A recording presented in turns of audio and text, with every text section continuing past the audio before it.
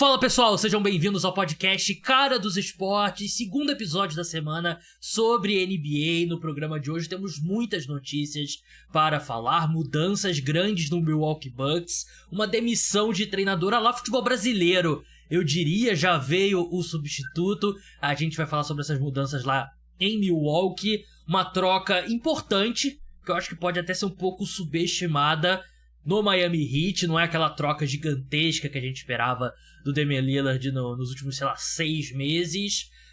Vamos falar dos problemas da arbitragem da NBA também, que é um tópico nesses últimos dias. A arbitragem da NBA é ruim desde que eu me entendo por gente, mas a gente vem de 2 dias especialmente complicados. E no fim falar sobre a pré-lista dos convocados da seleção dos Estados Unidos para as Olimpíadas de Paris esse ano.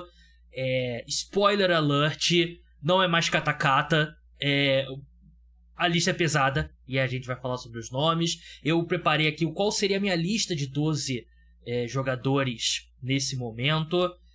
Para falar sobre isso, eu tô aqui com meu amigo Vitor Buratini, jornalista do Camisa 23. Buras, como é que você tá?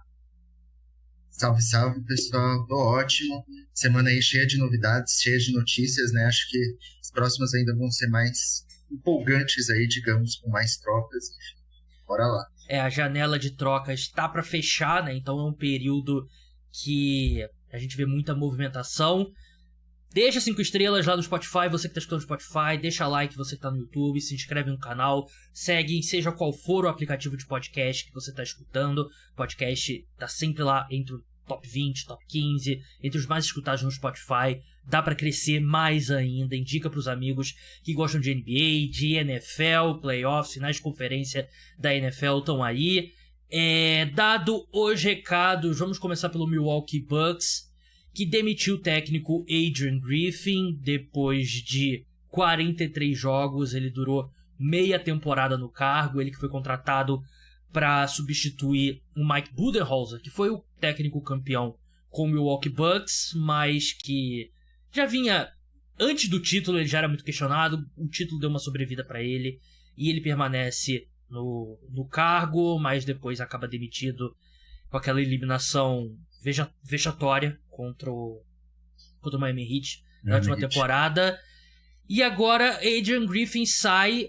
A campanha do Milwaukee Bucks não era ruim, Buras. A gente é justo falar isso, né? A equipe venceu, se eu não me engano, 30 jogos, perdeu 13, isso mesmo, segunda colocação na Conferência Leste.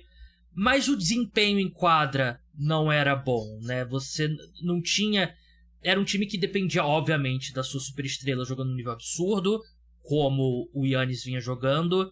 E a sensação que eu tenho, não sei se você tem a mesma, é que essas questões táticas, o time não tá rendendo o suficiente.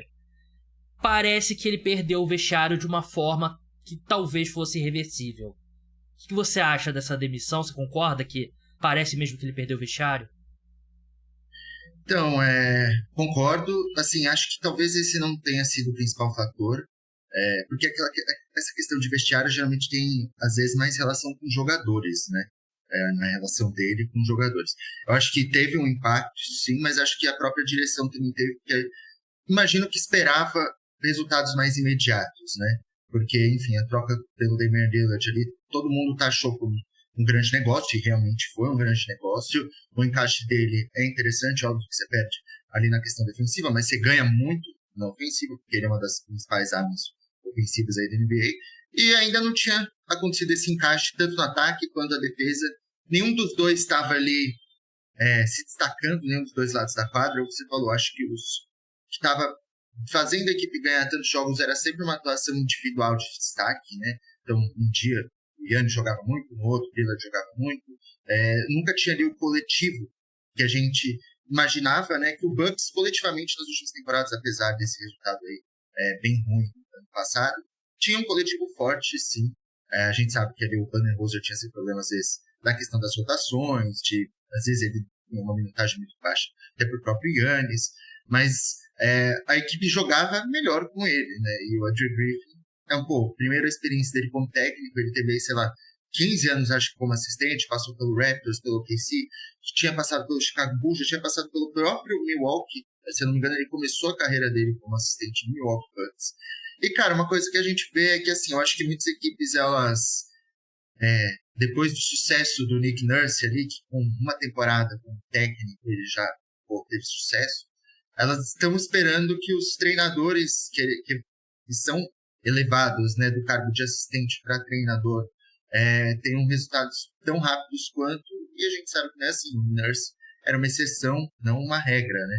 Então a gente vê ali, por exemplo, Darvin Ham, que foi elevado do cargo de assistente para técnico, trocou ali, ele era assistente, se não me engano, do próprio Bucks, virou treinador do Lakers, não conseguiu ainda o sucesso.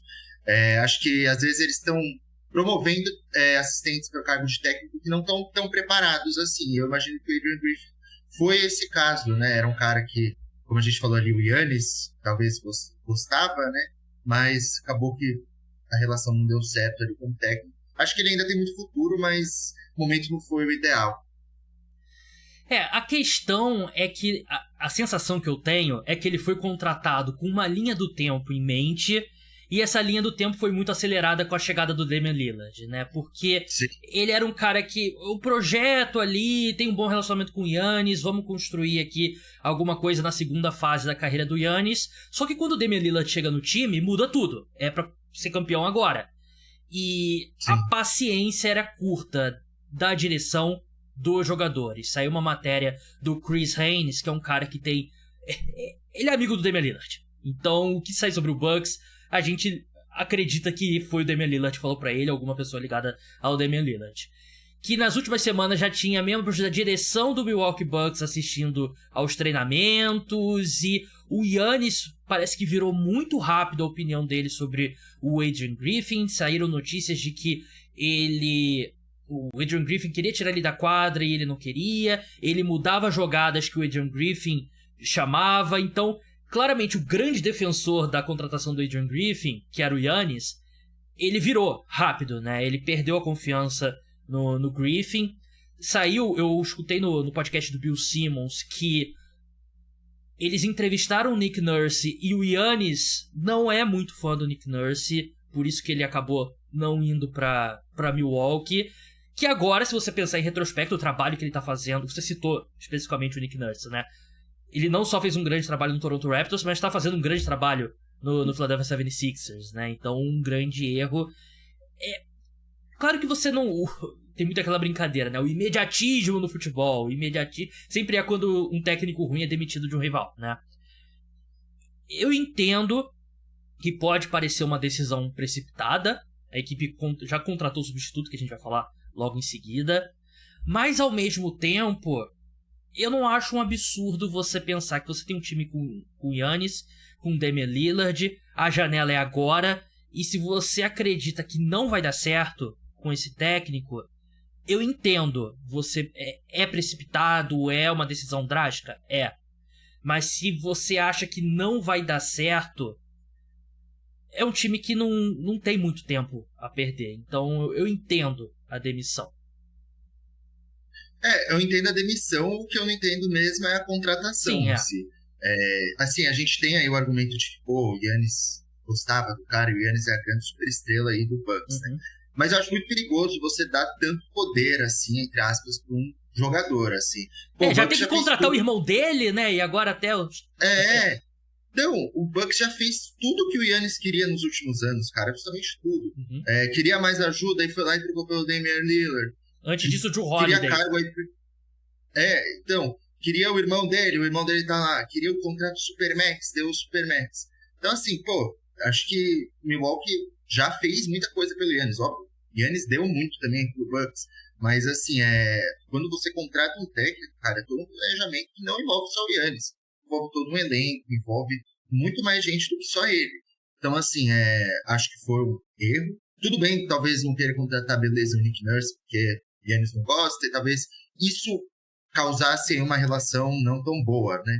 Mas, sim, acho que existiam outras formas de você encontrar, de você conseguir contornar esse problema aí, que foi a contratação do Adrian Griffin, que, o que eu acho é que, assim, ele não estava mesmo preparado para ter um elenco com tantas estrelas. Você tem que para você lidar com, pô, dois dos, sei lá, top 15 jogadores da NBA, você tem que ter ali uma preparação, já uma carreira ali consolidada como técnico. E é o que a gente falou, ele perdeu o vestiário e acabou sendo demitido. Foi uma das demissões, acho que mais rápidas, uma das 5 demissões mais rápidas da história da NBA. Fazia, sei lá, 10 anos que um cara não era demitido no meio da primeira temporada dele. Então, isso mostra que foi algo realmente ruim. Eu tô sentindo nesses seus comentários que você é pró-contratação do Doc Rivers, né? Que é o substituto dele. Não, calma aí. A gente vai entrar nesse assunto. O último ponto, que acho que em retrospecto a gente identifica que era um sintoma estranho, foi a saída do Terry Stotts, da comissão técnica do Milwaukee Bucks, né? Que foi atribuída na época a um possível problema de relacionamento dele com o Damian Lillard, né? Que ele foi técnico do Portland Trail Blazers por muito tempo, ele se tornou assistente do Milwaukee Bucks, aí o Lillard chega, 2-3 semanas depois, se eu não me engano, o Terry Stotts sai da comissão técnica, né? Então, já foi um começo estranho, né, do Adrian Griffin lá. E teve toda a questão da mudança de esquema tático, né? Que o Milwaukee Bucks sempre foi aquele time que é um dos grandes clichês da NBA, mas é clichê que é verdade, né? Que é a defesa em drop, né? Que é o Brook Lopez próximo à cesta e tal. E o Adrian Griffin, ele é um cara mais que, como eu trabalho no Toronto Raptors e tal, é mais de usar aquela defesa em blitz, né? De mandar o pessoal lá na frente do pick and roll e tal. E logo de cara não estava funcionando. Os jogadores teve uma suposta reunião com líderes do elenco e o Adrian Griffin, e eles voltaram ao estilo de defesa que o Mike Budenholzer fazia, né? Aquela defesa mais em drop. E a sensação que eu tenho, o que ficou o time não teve a evolução tática que precisava com a saída do Mike Budenholzer, mas também não estava no esquema mais do que foi campeão, né? Ficou meio que no meio do caminho. No meio termo. E no geral perdeu muito defensivamente. Acho que não só o Jrue Holiday, por exemplo.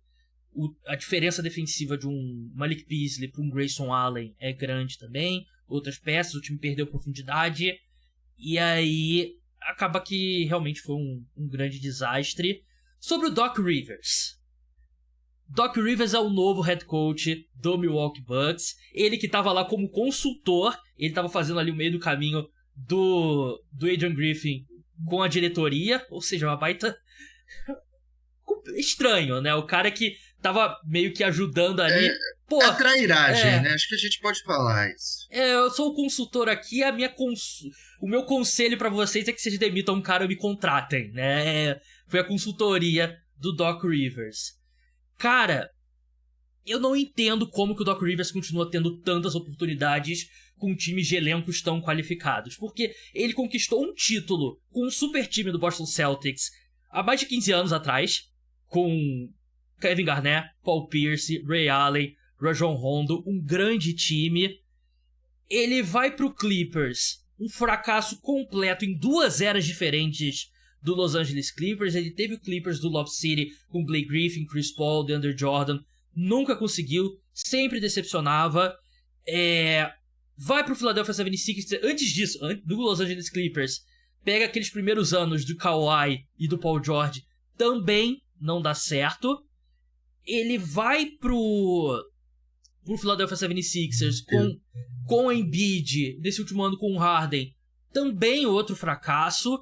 E agora ele tem mais uma chance num time com 2 super estrelas. Cara, eu não entendo. Assim, vou te perguntar, Buras, o que o Doc Rivers faz? Qual que é a característica do Doc Rivers, tática, que faz ele se encaixar com esse time? Eu não sei dizer. Eu não sei dizer qual que é a qualidade do Doc Rivers. A qualidade do Doc Rivers é ter se alinhado ao Kevin Garnett, o Paul Pierce, o Ray Allen e o Rajon Rondo 15 anos atrás. Eu sinceramente não entendo. Cara, é só pra começar a falar, assim, que o Milwaukee Bucks escolher contratar um cara assim, isso nem falando das questões técnicas dele e afins que você já falou que basicamente não existem, né? Atualmente ninguém consegue encontrar algo que defenda uma contratação do Doc Rivers, porque faz tempo que ele não tem um bom trabalho. É o que você falou, um time que ele tinha lá no Boston Celtics era no mínimo título, qualquer coisa que não fosse considerado título era fracasso. Nos últimos anos as equipes dele, se eu não me engano, elas nem conseguem chegar nas finais de conferência, né? É uma coisa assim, tipo, sei lá, tinha uma estatística na última temporada que, sei lá, 7 anos seguidos as equipes do Doc Rivers caíram na segunda rodada dos playoffs. Era algo do tipo. E um monte de virada que leva em séries, né? Tem isso ainda. Ele acho que é o único técnico que levou mais de uma virada estando ganhando de 3-1. Sim. Então, assim, já é o bastante pra você pensar, é melhor não contratar esse cara. E você tem ele como seu consultor. Tudo bem você ter ele como consultor, porque, o cara tá há muito tempo no mercado da NBA e ser consultor é outra história. Mas ele vai lá e é contratado depois de demitir um cara que, teoricamente, acho que era pra ele ajudar, né? É. E ele ainda era comentarista na TV. Pra mim, você ser comentarista na TV e você já ser consultor de uma equipe já é um conflito de interesses, né? Na minha opinião, você vai ter um viés ali. Mas aí então, nesse cara, ponto, eu acho que o viés era muito mais pra ESPN do que pro time em si, né? Porque, como que você vai ser o comentarista enquanto você tá trabalhando pra um time? Isso eu acho pra ESPN pra mim não faz sentido como que eles aceitaram isso. Pro Bucks eu acho que... Sim, então. Não, mas são decisões, assim, sem sentido, na minha opinião, do cara, assim. E, é o que você falou, assim, acho que a única justificativa que pode ter é meio que aquela justificativa do técnico brasileiro ali, tem seus 65 anos, não rende há muito tempo, mas é o famoso bombeiro, né? Que é aquele cara lá que sabe lidar com as cobras, né? Então o Doc Rivers, ele já teve muita cobra no elenco, já teve muito super estrela, já lidou com James Harden, Joel Embiid, Kawhi Leonard, Paul George, Kevin Garnett, enfim, 10 aí caras que, são super estrelas. E aí ele vai lidar com mais duas aí agora que a gente vê aí, o Giannis não parece ser aquele cara tão fácil de se lidar, Lillard talvez também não seja. Então acho que essa é a única coisa que pode defender ele, saber lidar com as cobras aí, porque de resto, cara, não existe justificativa. E uma coisa boa, talvez a única coisa boa que eu vejo na contratação dele, é que eu li, acho que saiu agora há pouco, não lembro se foi o Washington Chance que postou, que o David Jorger, né, que foi técnico do Sacramento Kings, vai vir com ele pra comissão, né? E, ele é um cara que quando treinou o Sacramento Kings mostrou muita coisa, se mostrou que é promissor. Ele teve uma doença depois, teve acho que um câncer, mas já voltou a trabalhar. Acho que ele voltou a trabalhar, inclusive, foi na última temporada, justamente como assistente. E eu acho isso interessante, mas acho que eu preferia que o Jorger fosse técnico, o head coach, do que o Doc Rivers. Os Bucks também, demitindo o Adrian Griffin, eles se colocam numa posição que não tinha muita alternativa, né? E que não é... Assim, tem muita gente que acompanha o basquete, mas não... Tipo, entende, o basquete não acompanha tão próximo e tal. Não acontece no basquete você demitir, sei lá, o Sampaoli e contratar o Tite no meio de uma temporada, né? Como foi com o Flamengo, né? Isso não existe no basquete. Você não... vou demitir aqui um técnico... o Adrian Griffin, contratar um outro grande técnico e vamos seguir. Isso não acontece. Mudança de técnico, na maioria das vezes, é só quando acaba a temporada regular. E o máximo que acontece é você botar um interino ali, depois você demite o técnico no meio da temporada. E normalmente ele vai só ali mantendo o barco até acabar a temporada para você contratar um cara de verdade, né? Esse tipo de coisa não acontece. Então não tem opções, assim, no mercado, né? E eu acho que essa configuração da comissão técnica, concordo plenamente com o Buras, que é uma que me agrada também. Último ponto, Buras. Troca do Damian Lillard. Se você fosse o Milwaukee Bucks, estaria começando a te dar algum nível de remorso? Porque você abriu mão de muita coisa, a sua defesa não encaixou mais, e acho que nunca vai encaixar num nível, sim, acima da média, porque você não tem o Jrue Holiday, que é um dos melhores defensores da NBA. Você tem zero flexibilidade. Tem se falado agora que o Bucks está querendo trocar Pat Connaughton e Cam Payne para melhorar o elenco. Porra, o que você vai conseguir com essa dupla? Lillard tem um contrato bem oneroso, seguindo em frente. Você acha que bate já um remorso ou não? Cara, eu acho que bate, porque a gente vê que essa diretoria do Bucks tá querendo fazer de tudo, né, por mais um anel aí para aproveitar esse tempo do Giannis, o auge dele, né? Então, assim, acho que qualquer decisão que já parecer um pouco errada, eles já vão ficar ali com o pé atrás, tipo a contratação do Adrian Griffin, né? Mas se fosse eles, eu ainda não estaria. Eu esperaria uma temporada inteira pra avaliar se eu vou me desesperar ou Posso não. perguntar de Porque outra assim, o forma? Lillard ainda tem... Uhum. Volta no tempo, o quê? 6 meses. Você faria de novo essa troca? Cara, eu faria, por incrível que pareça.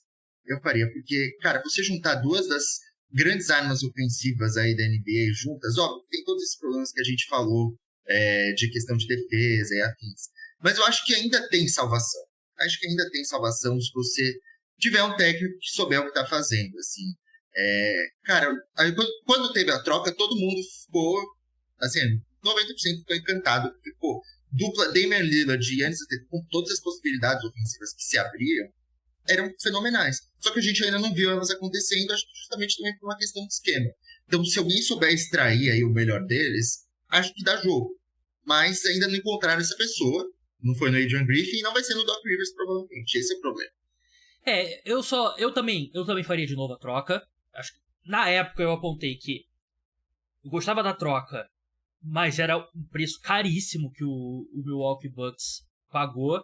E talvez se você volta no tempo e fala que essa troca vai significar que o Jrue Holiday vai acabar no Boston Celtics, que é o seu principal rival de conferência, talvez desse um pouco mais de desconfiança, né? Mas eu também faria a troca. Eu acho que um ponto subestimado da troca também é que ela basicamente fez o Giannis assinar a extensão, né? Porque ele não tinha assinado a extensão ainda. E da outra vez, se eu não me engano, ele assinou a outra extensão. Foi perto da troca do Jrue Holiday, logo depois da troca do Jrue Holiday. Então, tem sempre esse medo, né? De, pô, você tem que manter sua superestrela feliz. E parte da troca do Damian Lillard é essa. Eu faria também, mas realmente ela não traz nenhuma garantia. Vamos ver agora com o Doc Rivers se ele consegue extrair mais dessa dupla para começar mais pick and roll entre Dame e Giannis, né? Acho que tem utilizado bem pouco e é uma arma imparável. Vamos seguir agora a falar de outro time da Conferência Leste, que é o Miami Heat. Miami Heat, por meses a gente falou, não, vai atrás do Lillard, vai atrás do Donovan Mitchell. Eles fizeram uma troca... Zach LaVine até. Zach LaVine, verdade. Eles fizeram uma troca bem menor, mas que eu gosto bastante, Gura, já dando spoiler da minha opinião. O Terry Rozier, armador do Charlotte Hornets, que começou no Boston Celtics, ele estava naqueles times do Boston Celtics com Tatum e Jaylen Brown jovens, que foi longe, que jogou muito bem quando o Kyrie Irving não estava em quadra. Ele vai para Miami, ele é da Flórida, ele é torcedor do Heat, tem tweets antigos dele, tipo 2010, 2011, comemorando a vitória do Heat, falando do Miami Heat e tal. O Heat manda o Kyle Lowry, que basicamente estava saindo da rotação da equipe, não tem mais condições, infelizmente. Foi um grande jogador, mas eu acho que passou a época do Kyle Lowry já. É um contrato expirante. E eles mandam uma escolha de primeira rodada em 2027, que é protegida pela loteria. Muita gente está me perguntando o que são essas proteções de escolhas, né? Uma explicação rápida. Primeira rodada protegida para loteria. Significa que se a escolha cair na loteria, ou seja, nas 14 primeiras escolhas, o Heat mantém essa escolha. Aí empurra para mais um ano, que 2028 não tem proteção. Então, se o Heat cair na loteria em 2027, o que é improvável, eles mantêm a escolha e mandam a escolha de 2028. Aí tem proteção para número 1, proteção para top 4, você pode fazer qualquer proteção que você quiser. É isso que a gente fala quando é uma escolha protegida. Buras, você gosta dessa contratação pro Miami Heat? Cara, eu gosto bastante, viu? Porque essa escolha não acho que vai ter grande valor, né? Como você falou, provavelmente o Heat vai continuar uma das equipes aí que mais consistentes no século, né? Tá sempre nos playoffs, então provavelmente vai continuar assim por um tempo, né? Acho que, assim, souberam usar o contrato do Kyle Lowry para adquirir alguém que hoje é melhor, que tem mais tempo de contrato, né? Lowry, pô, desde que ele foi contratado pelo Heat, ele nunca rendeu o esperado. Era um contrato que foi de 3 anos, acho 84 milhões. Quando assinou, a gente já ficou meio em dúvida, porque ele já não vinha no mesmo nível, mas tinha características ali que a gente achou que pudesse encaixar. Acabou não encaixando, foi uma passagem bem abaixo do esperado, para o cara que ganhava tanto. Você consegue o Rozier, que tem essa temporada, acho que mais 2 anos de contrato. Você cria ainda uma trade exception, o Miami Heat está cheio delas. que podem ser usadas aí nessa trade deadline para adquirir outros jogadores. E é o que eu falei, você não gastou muito para ter um cara que hoje te entrega mais na pontuação, te entrega até mais na defesa, que era uma das principais características do Lowry quando ele estava no auge. Então, achei uma troca assim, excelente para o Miami Heat. Não é aquela troca grande, né? Mas eu acho que ele é perfeito para se encaixar. E é exatamente o que a equipe precisa, né? Que ele é um cara que você confia... Ele não é um grande defensor, até porque fisicamente ele não é muito grande, né? Então, ele tem 1,80m e pouco, deve ter mais ou menos, por aí, 6'1". 1,85m, né? Ele, altura ok. Cara experiente, ele não é muito velho, ele é um pouco mais novo do que as pessoas pensam, ele tem 29 anos, porque ele se destacou muito cedo no Boston Celtics, né? Mas ele vem fazendo a melhor temporada dele em termos de pontuação, 23 pontos por jogo. Eu acho que ele se encaixa nessa cultura Heat, e ele é um cara que ele é um armador, mas pode jogar na posição 2 também, e sabe jogar sem a bola, né? Naqueles momentos que o Jimmy Butler vai iniciar o ataque, às vezes o Tyler Hero, eu acho que ele se encaixa bem. E eu acho também que o Miami Heat, dessa forma, ele mantém flexibilidade para mais uma troca, né? Você tem escolha ainda, tem Jovic para envolver, tem, por exemplo, o contrato do Duncan Robinson, apesar de ele estar arremessando muito bem, tem contrato do Tyler Hero, dependendo, né? Então, é um time que mantém versatilidade aí para mais uma troca, e eu acho que esse quinteto faz muito sentido, né? Eles podem terminar jogos com Rozier, com Tyler Hero, Jimmy Butler, Jaime Jaquez e Ben Adebayo, né? Que eu acho que é um baita quinteto, um quinteto que pode competir sim pela Conferência Leste. Eu também acho, e cara, é o que você falou aí, hoje, assim, o Rozier não é um defensor espetacular, mas eu acho que no esquema do Miami Heat, ele pode ser até positivo, sim, e é o que ele pode começar os jogos com titular, pode ser um excelente sexto homem, a gente ainda não sabe exatamente como ele vai ser utilizado aí, né, mas ele traz muitas opções, e é o que eu falei, essas trade deceptions também podem ser usadas para adquirir jogadores ali, óbvio que são jogadores que ganham salários menores. Se não me engano, a trade deception que foi criada nessa negociação foi de cerca de 7 milhões de dólares, o que é interessante aí se você junta ali com um outro contrato de outro jogador. E, bom, o Heat continua tendo ativos, o Jovic, ele até ganhou um pouco mais de espaço essa temporada, né? Ainda é um jogador muito jovem, eu acho que ainda tem o seu valor de mercado, sim. Então, é uma troca muito boa, e o Miami Heat, que você falou, vai novamente competir ali na cabeça, né? Às vezes a gente olha o Miami Heat e não vê, talvez, as superestrelas como o Milwaukee tem, como o próprio Boston tem, como o Sixers tem, mas, sem dúvida nenhuma, é um elenco muito qualificado para ir longe.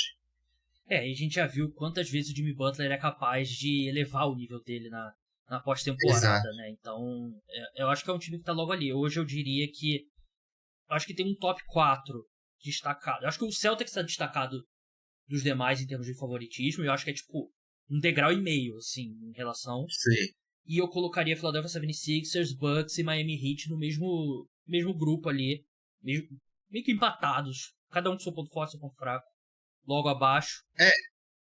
É que eu acho que cada um tem um ponto forte, muito forte, né? E talvez um ponto fraco que se destaque, né? Mas acho que é interessante que o Heat hoje ele pode ter uma rotação aí de uns 10 jogadores. Cara. Sim.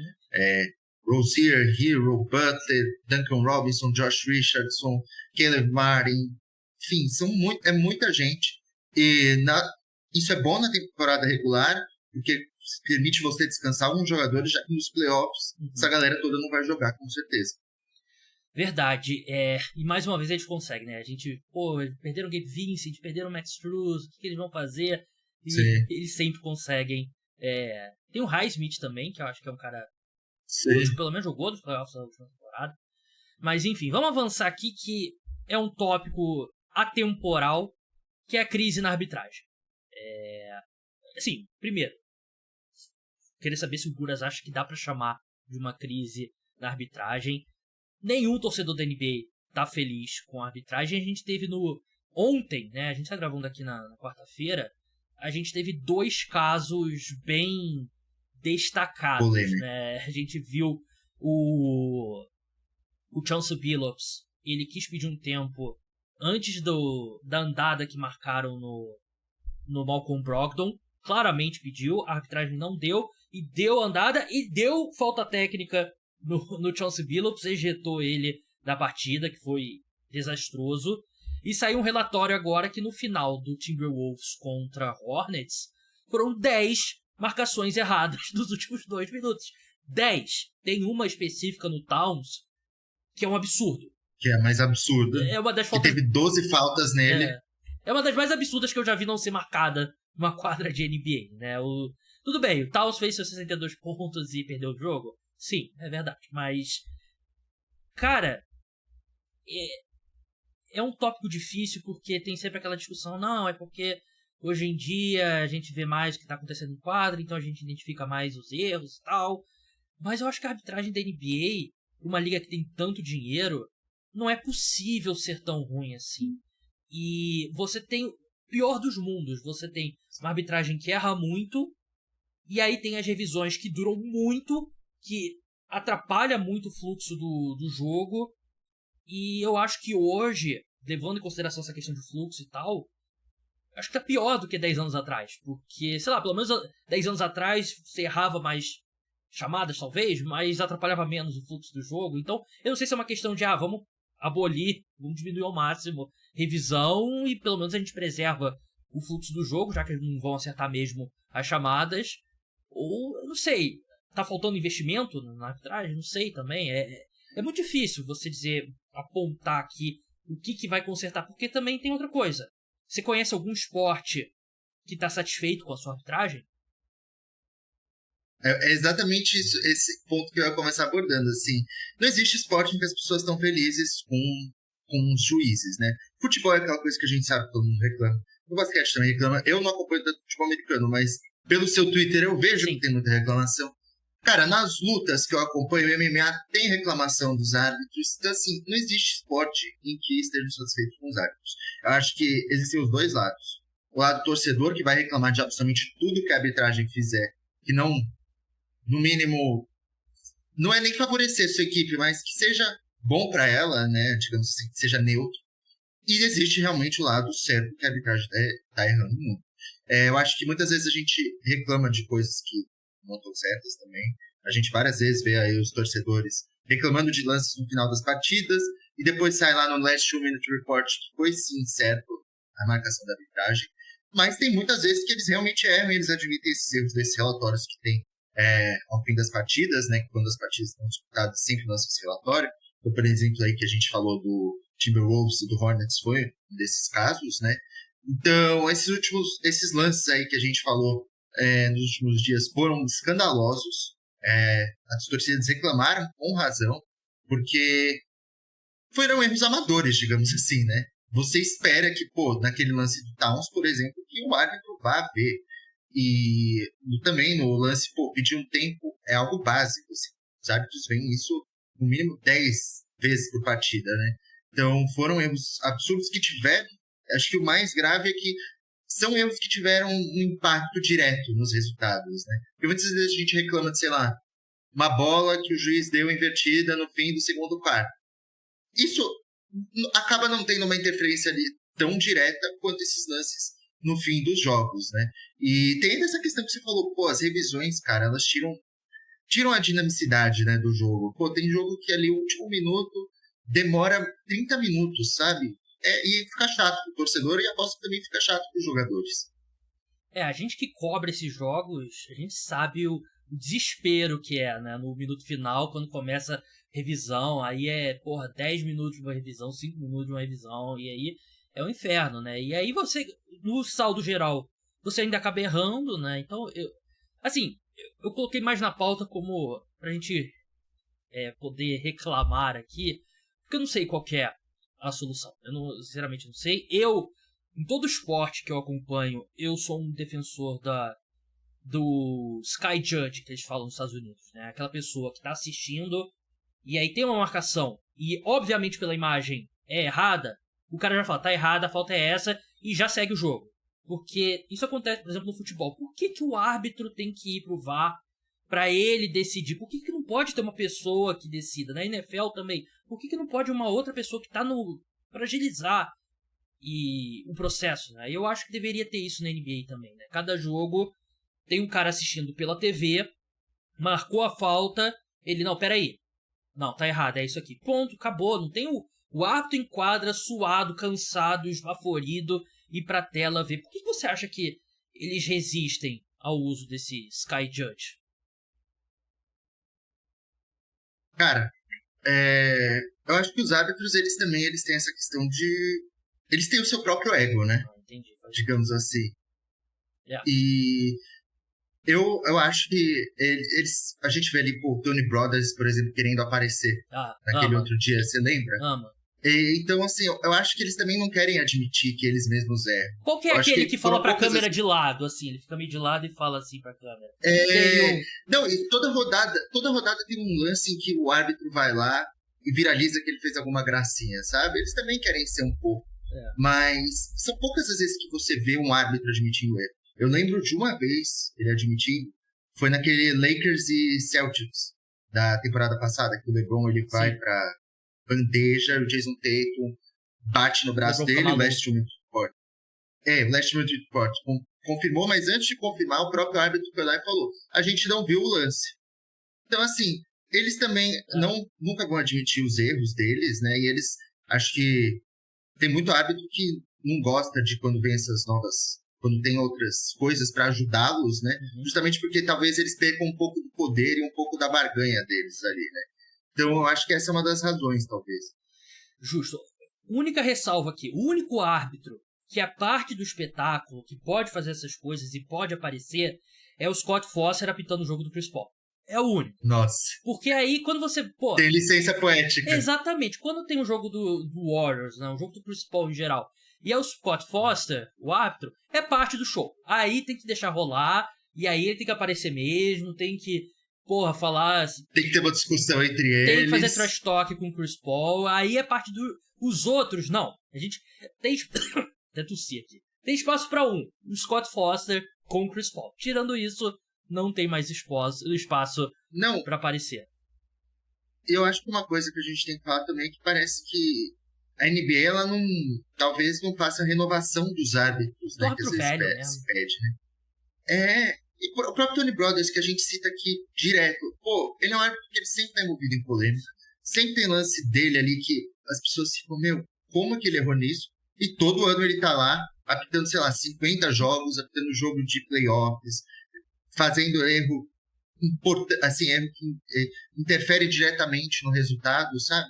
Então eu acho que tem que também, a gente sabe que a NBA tem muito dinheiro para investir, e o Adam Silver mesmo disse, não, sempre que um árbitro erra, a gente vai lá e a gente faz, um curso, assim, digamos assim, com ele. Eles são punidos também quando erram, mas acho que as punições não estão sendo bastante, porque eles continuam errando direto e reto, assim. Nos últimos 2 dias, é o que a gente falou. Se fosse um erro, talvez, por semana, a NBA tem muito jogo, e, enfim, tem, 70 jogos por semana. Um jogo com um erro que vá ser polêmico, tudo bem, mas nos últimos 2 dias teve 2, sabe? Erros crassos, assim. Isso fora, outros erros pequenos ali ao longo dos jogos que a gente não vê aí. Mas tá tendo muito last minute reports, que são quando eles... tá tendo muito last minute report com erros, né? Porque às vezes acaba não tendo um erro, porque, automaticamente, quando o jogo tá perto, eles vão lançar um. Quando o jogo tá apertado nos últimos 10 minutos, eles vão lançar. Mas tá tendo muitos com muitos erros. Isso é grave. E com a aposta esportiva envolvendo muito mais dinheiro do que há 5 anos atrás, isso se torna um problema, né? Então, levanta suspeita, né? Até o momento que vai ter um site de aposta ou vários que vão se juntar e processar a NBA, né? Perderam lá um dinheirão por causa de um erro. Então, tem que melhorar mesmo. Vamos encerrar falando sobre a seleção dos Estados Unidos, que a Federação de Basquete do país anunciou a pré-lista dos convocados e foi bom enquanto durou esse cenário competitivo no basquete internacional. Eu vou ler a lista aqui dos 40 nomes escolhidos. Eu fiz uma lista dos meus 12 que seriam os escolhidos nesse momento. Eu também tenho a minha. E a gente vai debater então. Mas eu vou passar a lista, vou ler o mais rápido possível, né? Porque não é nada bom podcast você ler uma lista tão longa. A ordem aqui tá pelo sobrenome do jogador, né? Eu copiei e colei a lista, não vou digitar ela toda de novo. Mas vamos lá. Ben Adebayo do Heat, Jared Allen do Cavaliers, Paulo Banchero do Magic, Desmond Bane do Grizzlies, Scottie Barnes, do Raptors, Devin Booker, do Suns, Mikal Bridges, dos Nets, Jaylen Brown, dos Celtics, Jalen Brunson, dos Knicks, Jimmy Butler, do Heat, Alex Caruso, dos Bulls, Curry, do Warriors, Anthony Davis, do Lakers, Kevin Durant, do Suns, Anthony Edwards, do Timberwolves, Joel Embiid, isso mesmo, Joel Embiid tem nacionalidade dos Estados Unidos, ele decidiu defender a seleção americana, havia muita especulação que ele defenderia a França, mas ele acabou optando pelos Estados Unidos.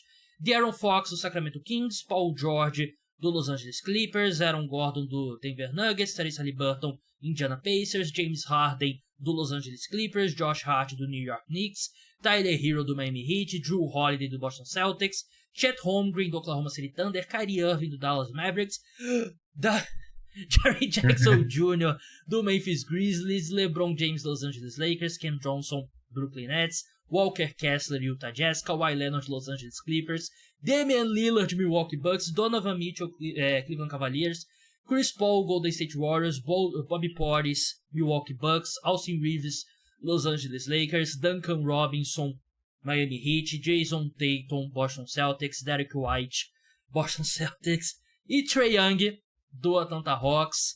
Buras, na minha Bebe uma água agora. Enquanto eu bebo uma água, faltou alguém? Cara, na minha opinião, não faltou ninguém, assim.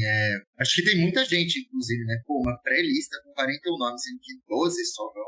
É gente pra cacete, né? Então, assim, se faltasse alguém aí, é porque teria algo muito errado, né? O Jamoran que tá machucado, que eu acho que seria um cara que entraria.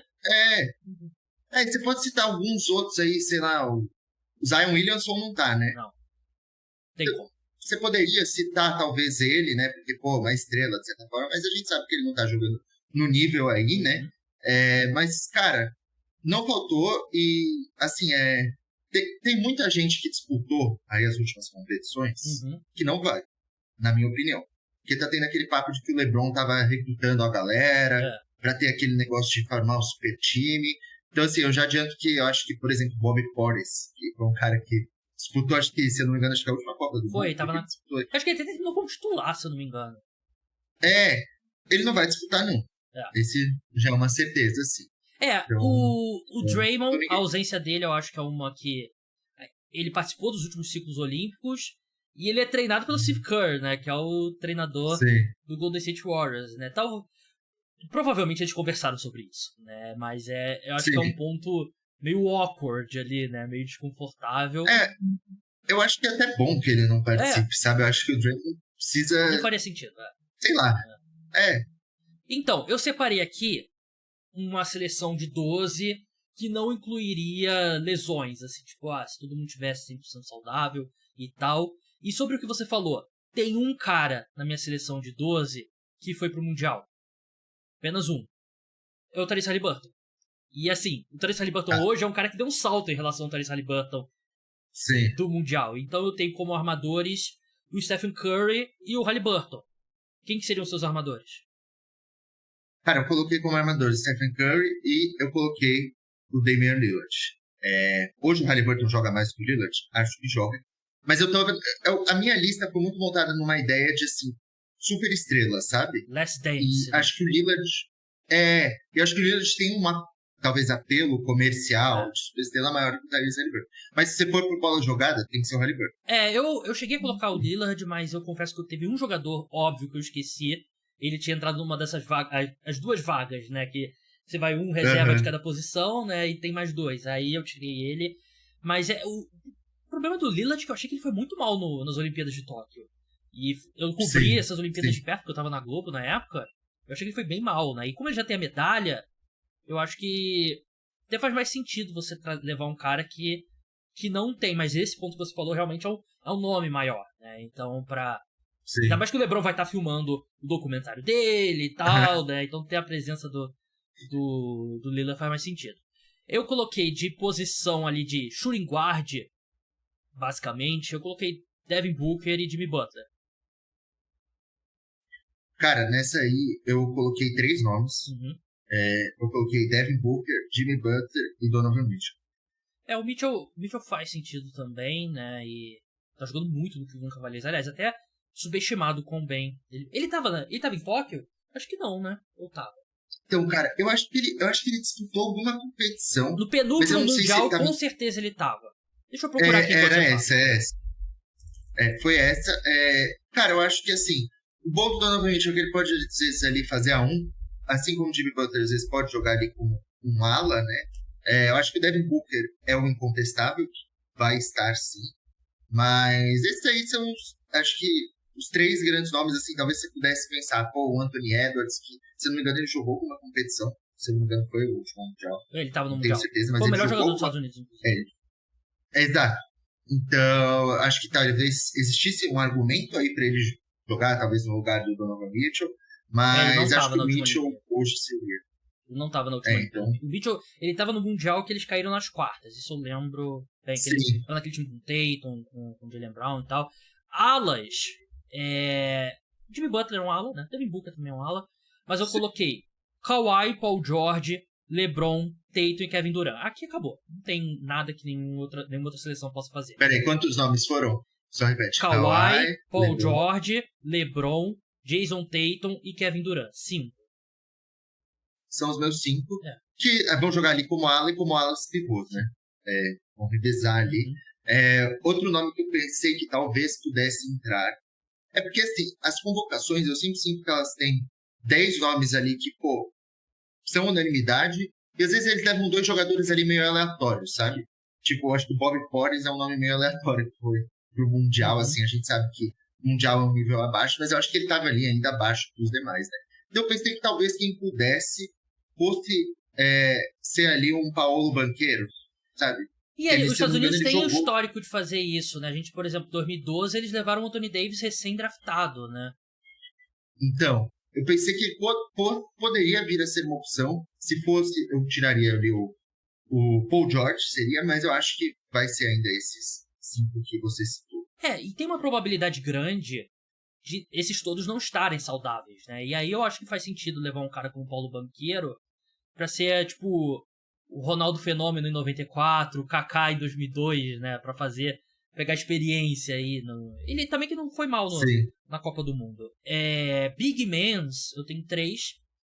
Anthony Davis. Eu só tenho 2. Anthony Davis, Joel Embiid e Ben Adebayo. A minha foi Anthony Davis e Joel Embiid, porque ali eu coloquei um alarmador a mais do que você, né? Mas o Ben Adebayo é um cara que ele disputou aí já competições também pelos Estados Unidos, né? Foi campeão olímpico. E acho que existe uma grande chance dele acabar indo também. Mas a unanimidade pra mim é o Anthony Davis e o Joel Embiid. O Joel Embiid, ele não se naturalizou, ele não, sei lá, pegou a cidadania americana pra jogar justamente as Olimpíadas pra não ser convocado, né? Então é óbvio que ele vai estar. E o Anthony Davis também, com o que ele vem jogando, finalmente tá saudável aí. Acho que tem que aproveitar aí a seleção americana se ele continuar assim, pra ter ele. Com força máxima não tem. Assim, as outras seleções têm continuidade, tem entrosamento e tal, mas com isso aqui não tem condições. Não tem como competir.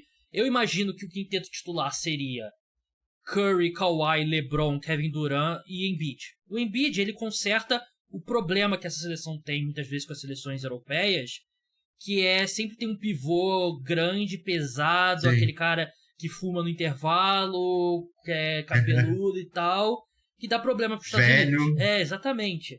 E o Embiid resolve tudo isso. Porque você não consegue mover ele na zona restrita. E aí acabou, não tem. Pô, ia ser legal. Eu queria muito uma disputa legal, assim, Justa. das Olimpíadas.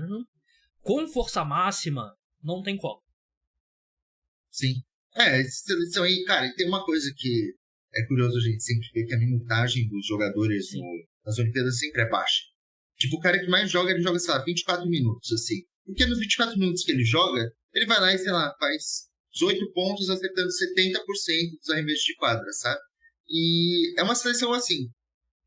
Nas Olimpíadas dos Estados Unidos já vai, tradicionalmente, com equipes mais fortes do que no Mundial. E, tradicionalmente, basicamente sempre ganha. Acho que a última vez que não ganhou foi lá em 2004. E desde então, voltou a ser aquela coisa que a gente sabe. Na última, eles até começaram com várias dúvidas, mas se encontraram ao longo do caminho e foram campeões que eram esperados. E agora que eles vão definitivamente ali com o time A++ deles, não tem competição mesmo. Não tem, assim, Tem equipes que têm quintetos titulares muito fortes, tipo França, própria Espanha ali, que a gente sempre acha que não vai, mas acaba tendo uma disputa, o Canadá, Alemanha, mas não tem jeito. A Austrália tem caras fortes, mas... O que eu falava no os caras Mundial era que os Estados Unidos sempre leva desvantagem em continuidade, em entrosamento. Sim. E quando você leva um time C/B, que foi basicamente o que eles levaram pro Mundial, o talento não foi suficiente pra cortar essa diferença. Aqui o talento sobra pra cortar essa diferença de entrosamento. E acho que é um time até mais... As últimas Olimpíadas foram muito estranhas, né? Não dá pra comparar com as outras Olimpíadas. Foi na pandemia, não tinha torcida. Eu tava vendo outro dia as highlights da final da França e Estados Unidos, sem torcida, me pegou até desprevenido. Mas aqui você vai ter um time LeBron motivado, porque ele vai estar filmando o documentário. Ele tá sendo filmado já direto há 3 anos e tal. E vai ser a última dança dele. Lá dele. Vai ser a última dança dele ali com a seleção dos Estados Unidos, né? O Curry nunca ganhou uma medalha olímpica. E que eu acho que isso pra ele seria um desastre não ter essa medalha, né? O Kawhi também não tem a medalha olímpica. Então, acabou. Vai ser um negócio tipo, você vê Kevin Durant e Curry juntos de novo. Aí você vai ver Curry, Kevin Durant e LeBron juntos. Tipo, vai ser uma parada, acho que meio off-star game, assim, sabe? A mesma vibe do time de 2018, do time de 2012, do time de 2008, do time de 92 e tal. Porque o time de 2016 e 2021 já não eram o A+++, né? Era tipo... tinha um time titular bom, mas depois caía. Não tinha LeBron, não tinha Curry, mas tinha Kevin Durant, tinha Jimmy Butler e tal. Exatamente. Buras, muito obrigado pela sua participação. Até a próxima. Até a próxima. Valeu, Gabs. Eu não tenho indicado mais o seu Twitter, porque agora você é adepto do Twitter fechado, né? Então... Não, tá tudo bem. Eu vivo agora na informalidade. Exatamente, né? Até alguns dos seus tweets acho que não são pra consumação do público mesmo, né? Então é bom manter fechado. Mas é isso, pessoal. O podcast Cara dos Esportes volta amanhã com um preview das finais de conferência exclusivo para apoiadores. Finais de conferência da NFL, pra deixar bem óbvio. Das conferências da NBA faltam bastante ainda. E vai ter o pós-rodada de domingo pra segunda, falando dos confrontos e já fazendo um mini preview do Super Bowl. E o próximo episódio de NBA vai ser na madrugada de segunda pra terça. Então até lá. Tchau.